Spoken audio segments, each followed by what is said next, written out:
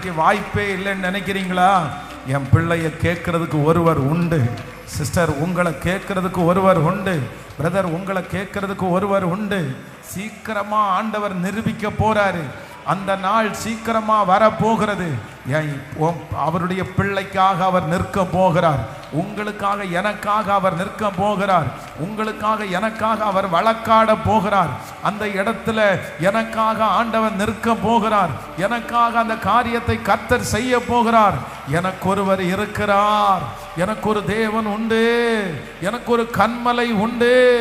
அவர் எனக்காக வழியே இல்லாத இடத்திலே ஒரு வழியை எனக்காக உண்டு பண்ணுவார். வழியை எனக்காக உண்டு பண்ணுவார். ஹல்லேலூயா, ஹல்லேலூயா, ஆமென். இதுவரையிலையும் வாய்ப்புகளை சந்திக்காதவர்கள் இனி சந்திக்க போகிறீர்கள். இனி உங்களுக்காக மேடைகள் அலங்கரிக்கப்பட போகிறது.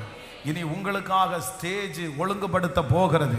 இனி உங்களுக்காக மைக்க கர்த்தர் தர போறாரு. இனி உங்களுக்கு உயர்ந்த இடத்தை கர்த்தர், நிறைய மேடைகளை கர்த்தர், நிறைய சீட்டை கர்த்தர் உங்களுக்கு ஆயத்தப்படுத்த போறாரு. யோசேப்புக்கு பார்வோன் அரண்மனையில கர்த்தர் ஒரு சீட்டை கர்த்தர் ஆயத்தம் பண்ணினார்ல. அந்நிய தேசத்துல ஒரு சீட்டை கர்த்தர் ஆயத்தம் பண்ணார்ல. நீங்கள் உட்காரும்படி, நீங்கள் அமரும்படி கர்த்தர் அப்படி ஒன்றை ஆயத்தப்படுத்துவேன் என்று கர்த்தர் வாக்கு கொடுக்கிறார். இது நடக்கும். மொர்தெகாய்க்கு, ஆமென், மொர்தெகாய்க்கு ராஜா அரண்மனையிலே ஒரு பதவி கொடுக்கப்பட்டது போல கேட்பாரற்று கிடக்கிற உங்களுக்கு, இதுவரையிலும் ஒரு வாய்ப்பும் வராத உங்களுக்கு வாய்ப்புகள் தேடி வர போகிறது. புதிய வாய்ப்புகள் தேடி வர போகிறது. பிரமிக்கத்தக்க வாய்ப்புகள் தேடி வர போகிறது. அதை கர்த்தரே கொண்டு வர போகிறார். ஆண்டவரே கொண்டு வர போறார்.